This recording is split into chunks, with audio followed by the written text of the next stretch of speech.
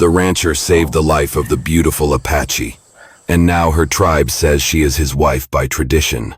The Arizona Territory in August was no place for a man who still felt the ghost of a winter wind on his skin. Out here the sun didn't just shine, it punished.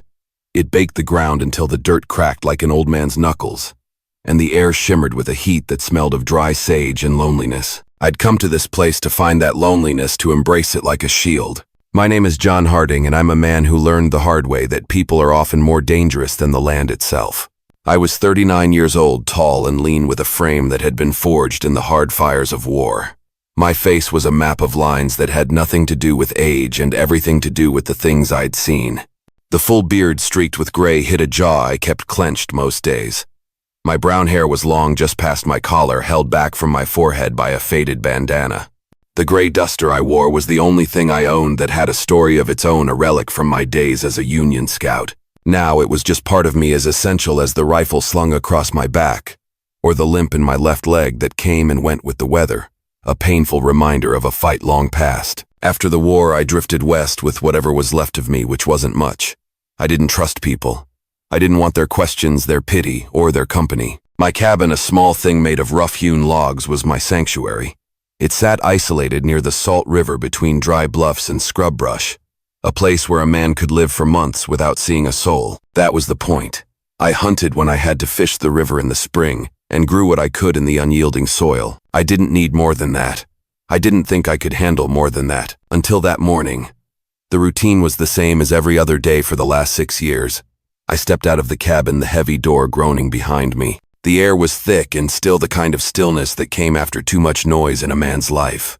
I was headed for the water trough near the corral, the same path and the same worn boots. My old mule had wandered up for a drink, flies buzzing at its ears. I was halfway through pouring water from the jug when I caught it something out of place. Just past the trough, lying half in the shadow of the post rail, was a body. My hand went to my rifle out of instinct, my heart hammering a rhythm I hadn't felt in years. The form was too small to be a man. Legs bare to the knee, skin dark and baked by the sun. Blood had dried at the thighs and ribs, and a mass of long black hair was tangled across her back, stuck to the dirt. Her dress was leather-patched and torn, the neckline ripped low across her chest. I could see the raw slash on her side and the thigh soaked in dry black blood. One foot was blistered raw, a raw red wound of a thing. She wasn't dead. She was breathing. Just a faint hitched flutter in her throat where the breath caught. My first thought was to walk away. It was a cold, hard thought, but it was honest. Not because I didn't care, but because I didn't want the trouble. An Apache woman meant danger. Somebody would be looking for her. Bounty hunters maybe, soldiers, or worse, locals with pitchforks and hate in their eyes. And if she was running from something, that meant whatever she was running from might come looking too. My isolated peace, my hard-won silence would be gone. I stood there for a long moment, my jaw clenched so tight my teeth ached. She stirred faintly, her lips dry, too weak to speak. God damn it. I moved quickly after that, setting the rifle down, squatting beside her. She was warm, feverish. The leg wound looked deep but not fresh. A knife torn at her side, maybe 3 days old, maybe 4. She must have crawled here through the scrub brush, maybe smelled the water, maybe seen the chimney smoke. Either way, she wasn't going to last another night. Easy, I muttered, not knowing if she could hear. I lifted her as carefully as I could. She was light, too light, starved. Her head lolled against my shoulder, her chest rising and falling in a slow, struggling rhythm. I tried not to notice the shape of her under the torn dress, the bare shoulder, the swell of her breast. I turned my eyes away and focused on getting her inside. Inside the cabin, the space I had made my own suddenly felt small and invaded. I cleared the cot with one arm, moving my tools, my blanket, my flask. I laid her down, then stood over her for a second, my breath held. She didn't wake, just twitched, once a spasm of pain. I got to work boiling water in a tin, cutting bandages from an old shirt, finding my needle, my whiskey, the thread spool. I stripped the leather from her thigh with careful fingers. The bullet had gone through, thankfully missing the bone, but the infection was creeping in a dark, angry smear. The wound on her side had been packed with dirt, crude but enough to hold her together. She must have done it herself. I cleaned everything with whiskey, wincing every time she flinched in her sleep. When I started to stitch, her hand jolted up weakly. I caught her wrist. Stop. Just don't move, I said, my voice quiet but firm. She settled again, and I stitched slowly, not rushing. The fire snapped behind me. Outside, the mule brayed once. The rest of the world didn't matter. By late afternoon, she was stable. I sat at the table across the room, exhausted, rubbing my jaw. My stomach was knotted not from hunger but from what came next. She was Apache. She was here. That meant something. Something bad, probably. I didn't sleep that night. She coughed in her sleep, murmured a word or two in a language I didn't understand. Apache, no doubt. Maybe prayers, maybe names. I sat near the hearth watching her chest rise and fall. The neckline of her dress had slipped again, exposing the top curve of her breast. I didn't touch her, didn't cover her. To move her now might tear the stitches.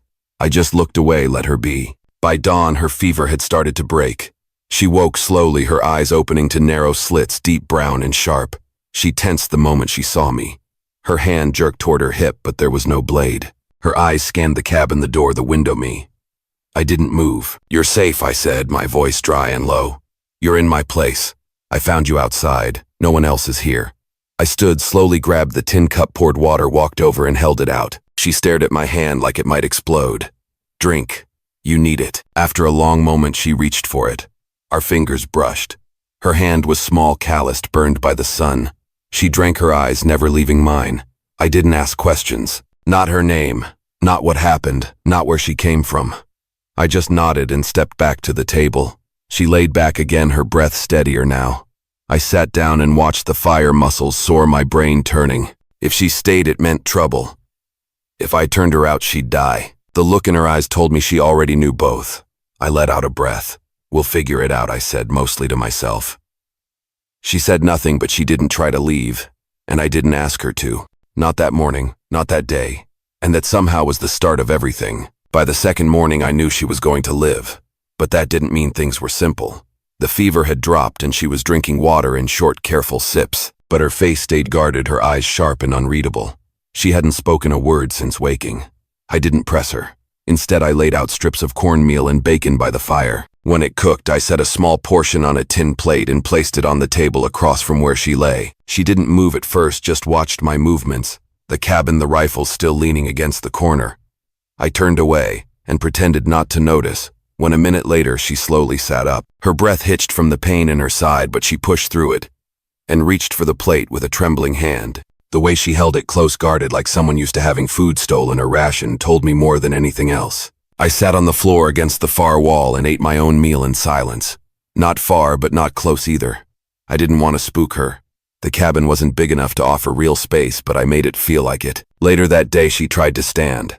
I saw her from the doorway as I returned with a bucket of water. She swung her legs over the cot and tried to brace herself against the edge. Her wounded thigh gave out. She crumpled fast, hitting the floor with a grunt of pain and frustration. I dropped the bucket and rushed over. "Damn it, don't. Just stay still," I muttered. She tried to shove me away when I bent to lift her. I didn't flinch, just held her carefully, waited for her struggle to pass, then lifted her back onto the cot. Her shoulder brushed my chest, the thin leather of her dress still torn, exposing the soft inner curve of her breast. I kept my eyes on her face. She looked away, embarrassed or angry. Maybe both. "You don't have to prove anything," I said. "You'll walk again, but not yet." Still nothing. Not even a nod. That night, I sat on the porch, elbows resting on my knees, looking out at the moonlit dry plains. The wind was faint, the cry of coyotes farther off this time. My thoughts were thick with questions I hadn't dared to ask. Who was she running from? Why her?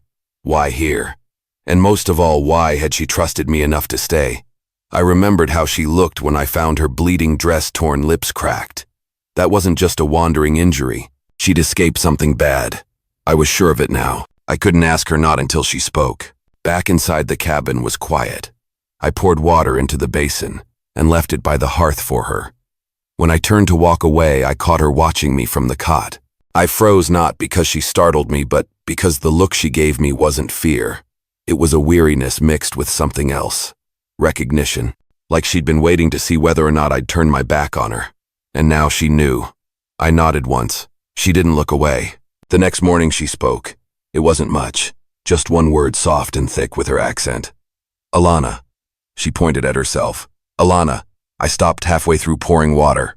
I turned my head slowly. "What?" She repeated it. "Alana." I looked at her for a long second, then gave the smallest nod. "I'm John." Her mouth moved slightly, repeating it without sound. I poured a cup of water and handed it to her. Her hand brushed mine again. She didn't pull away. The ice had cracked. That day, while she rested, I took my mule and went upriver to check my traps. On the trail back, I found boot prints. Not mine, not hers. Someone else had passed through. Maybe yesterday, maybe earlier. 3 sets of prints, 2 men, 1 horse riding light. Boots were worn, 1 set dragged a little at the heel, tired or injured. Bounty hunters, maybe. I crouched my hand on my revolver, my eyes tracing every mark. She hadn't just gotten lost. Someone had been chasing her. I made it back to the cabin just before dark. Alana was sleeping again, curled on her side. The bandage on her thigh had shifted, exposing part of the wound. I covered it gently with the blanket. She stirred but didn't wake. I sat down by the door and checked my revolver. 6 rounds. The rifle was still loaded. I didn't light a lantern. I just waited. I wasn't sure what was coming, but I knew it was coming. And she wasn't going anywhere. Not now. Not after all this. And neither was I. I didn't sleep that night. I sat in the wooden chair near the door, rifle across my lap, revolver on the table beside me. My boots were planted firm on the floor. Every now and then I looked toward the cot. Alana was asleep, her breathing steady, chest rising and falling in a slow rhythm beneath the old blanket. I kept the fire low, just enough to keep the room warm but dim. I listened to the wind, to the coyotes, to anything out of place. Nothing came, but the boot tracks I'd seen earlier weren't my imagination. I'd been a scout too long to doubt what I saw. And whoever those men were, they'd been close. Maybe within a day's ride. I didn't know what they wanted, but the timing was too neat. She'd nearly died on my land, and now someone else had passed nearby. It wasn't a coincidence. By dawn, the light coming through the chinks in the wall turned the room a pale blue. Alana stirred and sat up, slow and careful. She winced as she moved her leg but didn't cry out. When our eyes met, she didn't look away. "Better?" I asked. She gave a small nod. Then after a pause, she said, "Thank you." It was the first full thing she'd said in English. The words came slow, rough, but clear enough. I just nodded and stood stiff from the night in the chair. I poured her some water, brought it over, then crouched beside the cot. "Who were you running from?" Her jaw tensed. "You don't have to tell me everything," I said. But I saw tracks. Men not far. Alana looked down at her hands in her lap. Her fingernails were cracked, her knuckles still scraped raw. She stayed silent for a long time, then spoke again, her broken English direct and flat. 3 white men. They killed my uncle. Shot my brother. My throat tightened. I didn't move. They take me. Tie hands. Say sell me south. Her voice was mechanical, like she'd gone over it again and again in her head. I cut rope in night. Run. How far? I asked. She shook her head. Many nights. No food. You came alone all that way? I asked, not in disbelief, but as a measure of what she'd endured. Another nod. I stood slowly, rubbing the back of my neck. I wasn't good with words, not even with myself. I hadn't planned on bringing another life into my world. I'd lived like a ghost for years because it was easier, because it hurt less. But this wasn't something I could walk away from. Not anymore. They come here, I'll deal with it, I said simply. Alana's eyes flicked up to me, studied me, maybe testing if I meant it. I didn't repeat myself, I didn't need to. The rest of the day passed in steady silence. I worked outside, hauled water, cleaned the chicken coop, cut wood. She stayed inside, resting. Every hour or so I came back in, checked her bandage, offered food. She ate more today, even tried to stand again. This time I helped her, one hand under her elbow, the other supporting her back. "You're a soldier?" she asked while catching her breath. I didn't answer right away, just guided her to the chair near the hearth and helped her sit. "Used to be," I said finally. "North. Union Scout. Missouri, then Texas." She watched me closely. "You kill many." My mouth tightened. "Too many," I said. That seemed to settle something for her. She didn't press, just nodded, and leaned back, letting the fire warm her face. A few hours later, she slept again, curled in the chair now, not the cot. Her body was still fragile, her breath slower. The curve of her shoulder caught the firelight through the torn dress, and her legs, though bruised and scraped, were strong beneath the scars. I glanced once, then pulled the blanket over her again and stoked the fire. Outside, I checked the traps again, then the perimeter. I paused near the edge of the corral, studying the trail. The boot prints I'd seen were gone now, washed out by last night's wind. But I remembered the direction east toward the ridge. If they were bounty men, they'd circle back. Maybe today, maybe tomorrow. I returned to the cabin and started boarding the windows from the inside. No panic, just precaution. When Alana woke and saw the wood over the frame, she didn't ask. She just watched, her mouth pressed tight, her eyes following my every move. "You stay?" she asked, her voice softer now. "I mean, you not send me away." I looked at her. really looked at the bruises still healing, the fresh scars, the look in her eyes that hadn't fully softened. "No," I said. "You're here now." She nodded once like she'd expected that answer but needed to hear it anyway. And then she did something she hadn't done since she arrived. She reached out just a hand, resting briefly on my arm. I didn't move. I let her. She left it there for only a moment, then turned and sat back down. But that small act said more than anything else we'd exchanged. We were no longer just a survivor and a stranger. Not after that. And whatever came next, I wasn't backing down. The heat didn't let up. By mid-morning the next day, the wind carried dust across the flats like smoke from a dying fire. I stood out front, sharpening the blade of my old hatchet against the porch post, glancing now and then toward the ridge. The trail there had gone quiet, too quiet. And that kind of silence out here never meant safety. Inside the cabin, Alana was walking again, slow but steady. She leaned on the edge of the table for balance, her leg wrapped in clean bandages I'd redone earlier that morning. Her dress still hung low and tattered across the neckline, a clean tear running across the side where it had split days ago. But she made no move to fix it. She was past shame now. What she'd been through had stripped that from her. I noticed it every time she moved. I noticed the curve of her waist, the way the leather clung to her hips, the top of her breast, showing just enough to test a man's restraint. But I didn't stare. I just looked once and then returned to my work. She saw that too. At noon, we ate together in silence. Cornmeal cakes and beans. I poured water from the jug, handed it to her, and our hands brushed again. This time her fingers lingered for half a second longer before letting go. When she spoke, her voice came steadier. "They come soon. I feel it." I nodded. "I know." She hesitated, then asked, "Why help me?" I looked at her, my jaw tense, my eyes shadowed by days without real sleep. "I don't know," I said. "Maybe because you were still breathing." "Not many would help an Apache," she said, her tone flat. Not accusing, just honest. "I'm not most men." She watched me like she was trying to see what was underneath the scars and the silence. She asked nothing else, but something in the way she looked at me shifted. That afternoon I gathered supplies. I loaded the rifle, checked the revolver again, and set traps farther out along the ridgeline, not for animals but for warning. I taught her with gestures and slow, clear words. How to reload the rifle. How to check for movement in the distance. How to stay quiet. She watched me with calm, steady attention. She was quick to learn, no fear in her hands, no hesitation in her gaze. She had lived through worse than whatever might come now. Late that night, after the fire had burned down to coals and the land outside was drowned in darkness, I sat beside the hearth while Alana sat across from me on the cot. Her hair was freshly braided. Her skin, though still bruised in places, had begun to lose the sickly color from before. Her lips weren't cracked anymore. She was alive again, and she was letting me see it. "Your family?" I asked the question, low, respectful. She looked into the fire, her hand shifted on her lap, fingers curling. "My mother died when I was young. My uncle raised me." She paused. "My brother, he was strong. He'd laugh." She blinked once. "They shot him first, just for talking back." My throat tightened. I didn't respond with words. I just waited. They tied me, said I was worth something down south for trade for other things. I closed my eyes a second, my jaw clenching. "You kill them?" she asked. "No," I said. "Not yet." Her head tilted slightly. "But you will if they come here." "They'll never leave," I said, my voice empty of threat, full of plain truth. She nodded. We sat like that for a while, the fire crackling low between us. The quiet didn't feel heavy anymore. It felt shared. Then slowly she stood, walked over to me, limping but unafraid. I looked up. She crouched slowly until we were face to face. Then she leaned in. Her hand touched my cheek. Warm, small fingers, rough from years of labor. I didn't move. She pressed her lips to mine. Soft, careful testing. I let her. When she pulled back, her breath trembled just slightly. I touched her face, then gently, my thumb brushing her cheek. "You sure?" I asked. She nodded once, but she didn't stay close. She stood again and returned to the cot, laying down quietly. No more was said. I sat by the fire a long time after that, watching the flames burn low. I wasn't a man who believed in fate.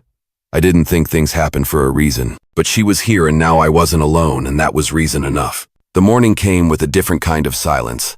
One that felt stretched too thin. The wind had died, the birds were quiet, and the mule near the fence line stood still, ears angled forward. I stepped outside as usual, but my gut was tight. Something wasn't right. I scanned the tree line beyond the ridge. Nothing moved, but I didn't trust stillness. Not out here. Not now. Inside, Alana was still asleep. Her hair was loose across the blanket falling down over her shoulder. She had shifted in the night, and the thin leather of her dress had slipped again, exposing one bare leg and the gentle curve of her side. Her chest rose slow and steady. She looked peaceful for once, but I didn't let myself linger. I looked, then turned away and loaded the rifle. I didn't tell her what I felt. Not yet. No sense waking her into fear. By the time she stirred, the sun had climbed halfway up the sky. I was at the table sharpening my knife. "You slept hard," I said, glancing over. She sat up, rubbing the back of her neck. Her voice was hoarse. "I dreamed. Good or bad?" Her eyes dropped. "I don't know." We shared a quiet meal. Then I showed her how to check the snare line behind the cabin. She followed me on foot, still limping, but stronger every day. Her wound had begun to knit clean thanks to my stitching and the willow bark poultice she'd taught me to make. She hadn't said much about where she'd learned such things. I didn't ask. It wasn't my business. All I knew was that she'd lived a hard life and survived it. We stopped near the tree line. That's when I noticed something that hadn't been there the day before. A branch had been broken. Not by wind, not by an animal. Human boots. I knelt and touched the dirt. 2 sets this time, lighter impressions, closer now, maybe 300 yards from the cabin, maybe less. The spacing told me they weren't sneaking anymore. They knew where they were going. I stood, dusted off my knees, and looked at her. "They're here." Alana went still. Her face didn't show panic, just hard focus. "How long?" she asked. I scanned the sky. "Last night. Maybe just before dawn." Her jaw tightened. "They come tonight." I nodded. "Probably." Back at the cabin, we set to work without a word. I moved my tools, cleared the front of the cabin, laid the rifle beside the window frame. She helped me seal the second window with a plank, nailing it with a stone and rusted nails from the back shed. Her hands bled a little from the effort. She didn't stop. That afternoon, I showed her how to load the 6-shot Colt I kept in a box under the cot. She handled it without flinching. Her fingers were quick, precise. She had done this before. "You ever fired one of these?" I asked. "Once," she said. "When they came the first time." I didn't ask more. As the sun began to dip, she stood at the doorway with me and watched the sky change color over the bluff. Orange, then pink, then a dull gray as dust crept in. She spoke first. "You live alone a long time." I nodded. "Since the war." "You had family?" I hesitated. "A brother." "He didn't make it." "Wife?" I shook my head. "Number?" She turned to me. What I thought about that for a while, then answered. "Never trusted anyone enough to stay." Alana didn't say anything for a while. Then she stepped close to me, closer than she ever had. Her shoulder brushed mine. Her voice was quiet. "I stay. Not because I must. Because I choose." I looked at her, not just at her body, though it was hard not to notice the way the firelight from inside flickered across her bare collarbone and shoulder. No, I looked at her face. Her strength, her decision. "I know," I said. "That night we didn't touch, but we didn't sleep far apart either." She laid down on the cot. I pulled my bedroll beside it. No walls between us now, just space and breath and quiet understanding. But neither of us slept much. Around midnight I heard it first. Hoofbeats distant but steady. I reached for the rifle, crept to the window and peered out. 2 riders coming slow. A lantern was dim. No conversation between them. Alana rose without a word, wrapped the blanket around her shoulders and stood beside me. Her face was calm. "They come for me," she said. I didn't look away from the window. "Then they'll leave with lead." She didn't flinch. Instead, she turned and touched my wrist. "Do not die for me." I looked at her, my voice low. "I'm not dying for you." She waited. "I'm staying," I said. "That's different." And she understood what that meant. Because she stayed too. No more questions, no more running. Whatever happened tonight, we'd face it together. The riders stopped less than 100 feet from the cabin. No voices, no calls, just the slow creak of saddle leather and the occasional snort of a horse unsettled by the scent of gun oil or blood on the air. I watched through the cracked window pane. I could see the first one dismount. Broad shoulders, long coat hat pulled low. The second man stayed mounted, holding both reins. They weren't in a hurry. That made it worse. I turned from the window and looked at Alana. She tied her hair back. The blanket was still wrapped around her shoulders, but now knotted at the front. Her face was hard, but her eyes weren't panicked. She stood straight, the revolver in her hand. It looked small, but her grip didn't shake. "You know them?" I asked. She hesitated. "The one walking, his name is Silas. He speaks little Apache." She said I was his now. My jaw clenched. The other, she said he laughed when they shot my brother. I stepped to the door and checked the latch, then slowly unbarred it and opened it a crack. The man Silas stood just outside the fence line, close enough now that I could see the glint of silver along his belt buckle. His coat was dusty, worn from the trail, but his boots were polished. That said everything. "You're on my land," I called out. Silas turned toward the cabin, then raised his hands slowly. "Empty. Don't want trouble," he said. His voice was smooth, practiced. "Heard you were keeping company that don't belong to you. I kept the rifle raised. Ain't keeping anyone. She stays because she wants to." "She's wanted," Silas said. "Tribal bounty. Escape custody. She's free. She was property taken during trade. You interfere, it becomes your problem." I stepped onto the porch. Alana moved quietly behind me, staying just out of sight, revolver in hand. "She's not a problem," I said. "But you sure as hell are." The second man on horseback reached slowly toward his saddlebag. I cocked the rifle. "Move your hand again and he's dead." The man froze. Silas allowed a breath and smiled thinly. "You really want to die over an Apache?" I didn't blink. "I've died over worse." There was a moment then, long and quiet. The wind kicked up dust. The mule behind the cabin brayed once. Silas lowered his hands. "We'll be back," he said. "And next time we don't talk first." I didn't reply. I watched until both men rode off slow and unhurried, but not in retreat. Just circling, planning. When the sound of hooves faded, I lowered the rifle and stepped back inside. Alana closed the door behind me. "You knew they'd come," she said. "Yeah. You still stayed." I turned to face her. "I told you I would." Her mouth parted slightly. She stepped closer. "They won't stop," she said. "If you keep me here, they'll burn it down. Then we rebuild." She searched my face. "You don't owe me this." I didn't answer right away. Then I said, "I've done enough running in my life. Hiding, letting things happen." She placed the revolver on the table and stepped right up to me. "You want me here?" I looked at her. Not just her figure, though I noticed it. How the blanket had slipped slightly again. How her curves pressed beneath the thin leather. I looked past all that at her strength. Her pain. Her choice. "Yes." Then for the first time she leaned in without hesitation. She pressed her lips to mine again, but this time slower, fuller. Her hand came up to my chest. I didn't flinch. I pulled her closer, one hand gently resting on her waist. Her body melted into mine and she didn't pull back. Her breath trembled against my mouth. We kissed like we meant it. When she finally stepped back, she didn't say anything more. I brought her into my bedroom that night, not for anything rushed or wild, but just to hold her. Skin against skin, her back against my chest, my arm wrapped around her middle. She didn't resist. No words were needed. In the dark, with her pressed against me, I knew something had changed. We weren't just surviving now. We were claiming something. A right to live, to stay, to belong. Morning would come, and with it danger. But for now we were together, and neither one of us was alone anymore. The morning after our shared bed was cold and quiet, but neither of us felt the chill. Alana rose before me, her bare feet pressing softly against the packed dirt floor as she wrapped herself in a blanket and crossed to the fire. The dress she wore was still torn, but she didn't bother adjusting it anymore. There was no need to hide in front of me. I had already seen her for who she was, a survivor, not a victim. I stirred behind her, the weight of sleep still hanging in my chest. I watched her move across the cabin, the outline of her body catching the early light slipping through the roof gaps. I'd woken up with her tucked against me, one of her legs resting over mine, her hand over my chest like it belonged there. It felt strange, not in a bad way, but in a way that made my ribs tighten with something I didn't know how to name. She turned, noticing my eyes on her. "You sleep?" she asked softly. "Some. You think they come today?" I nodded. "If they meant what they said, they'll try before sundown." Alana sat beside me again, pulling the blanket over both our legs. Her voice was steady. "If I leave, maybe they stop." I didn't answer, just looked at her, then leaned in and kissed her again. No rush, no heat. Just sure. When I pulled back, I said, "You're not going anywhere." Later that morning, we made our final preparations. I showed her where the extra ammunition was buried beneath the hearthstone.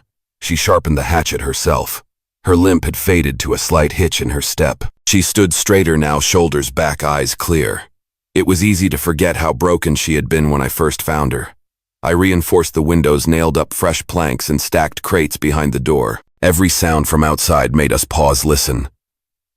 But nothing came. Around midday, we shared bread jerky and boiled beans. She sat across from me at the table, her hair tied, her face quiet.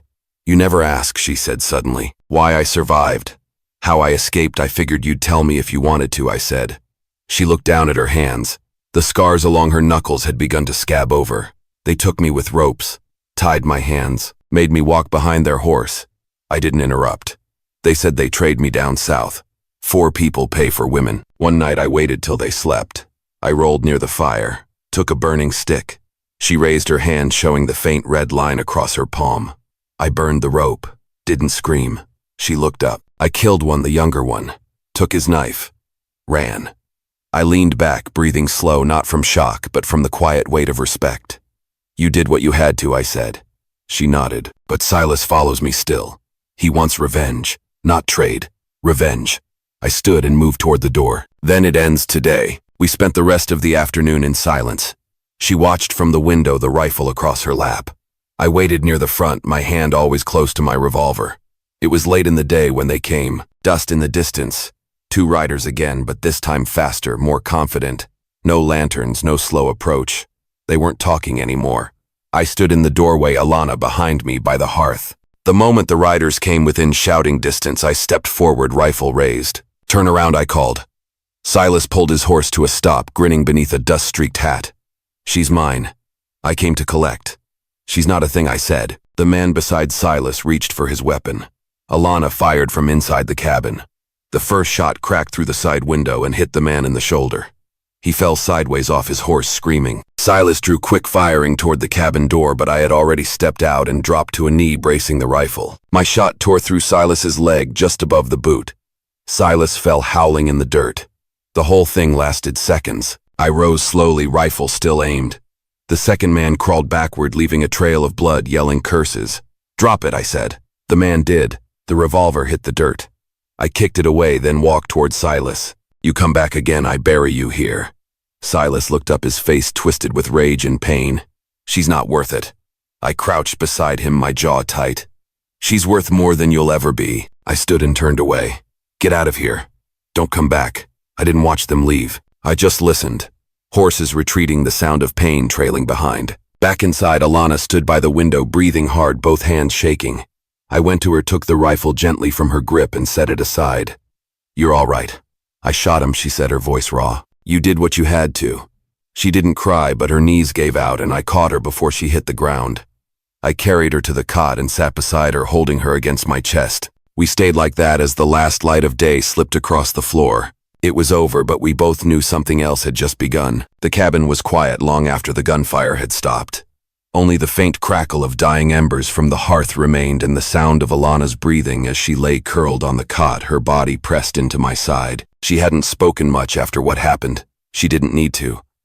The weight of what she'd done, what we both had done, hung in the air like a final breath not yet released. Outside, blood still stained the dirt near the porch. Silas and the other man had limped off without their weapons, broken and humiliated.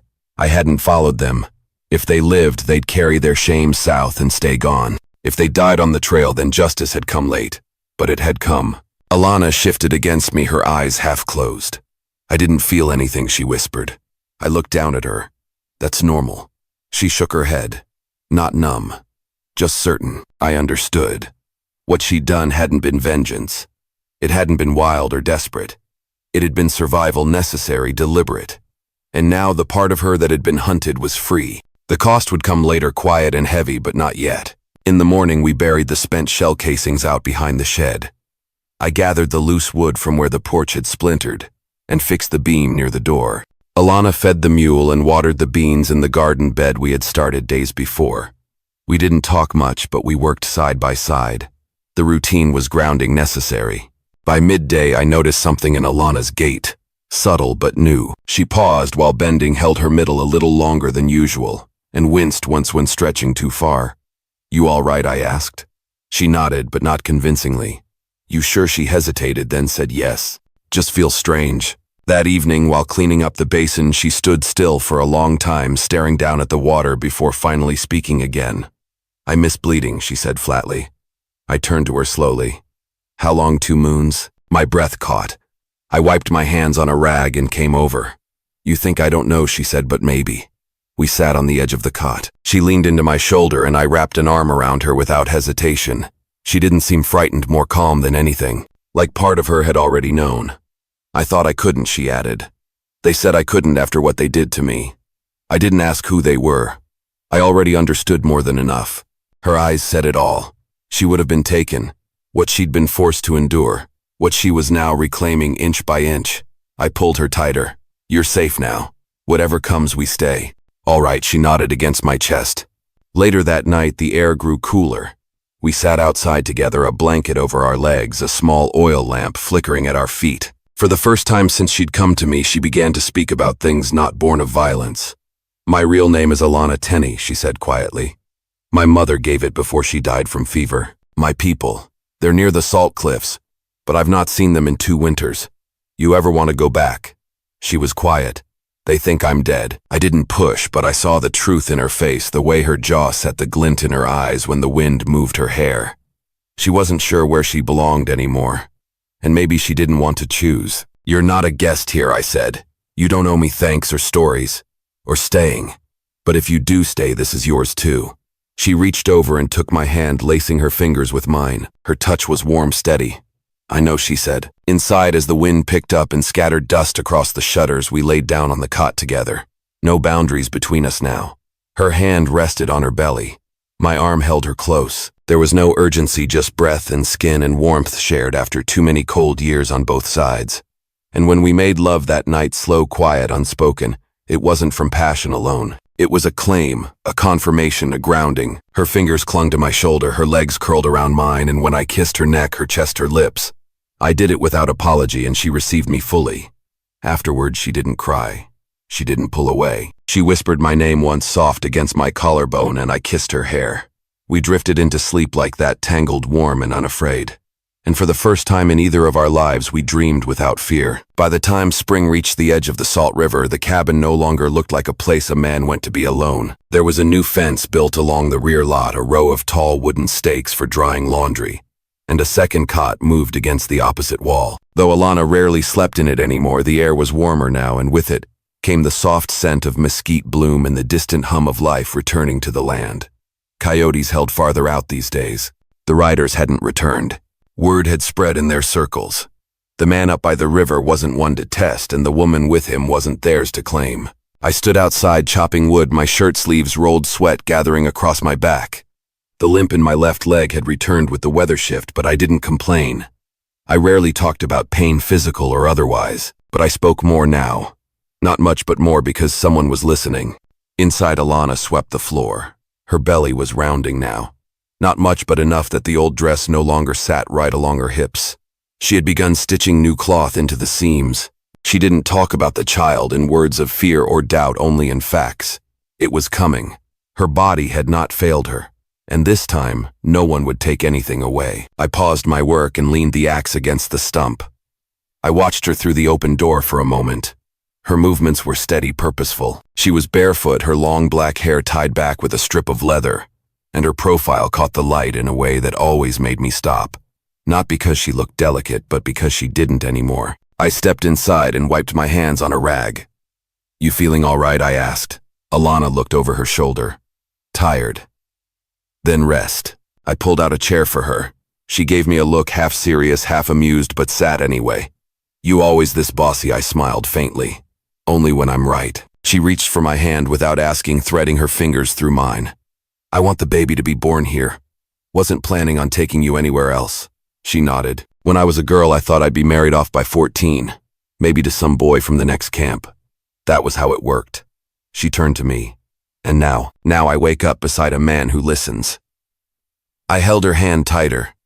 There wasn't much to say after that. That evening we sat together on the porch, a slow breeze moving through the brush, the last of the sunlight stretching long across the land.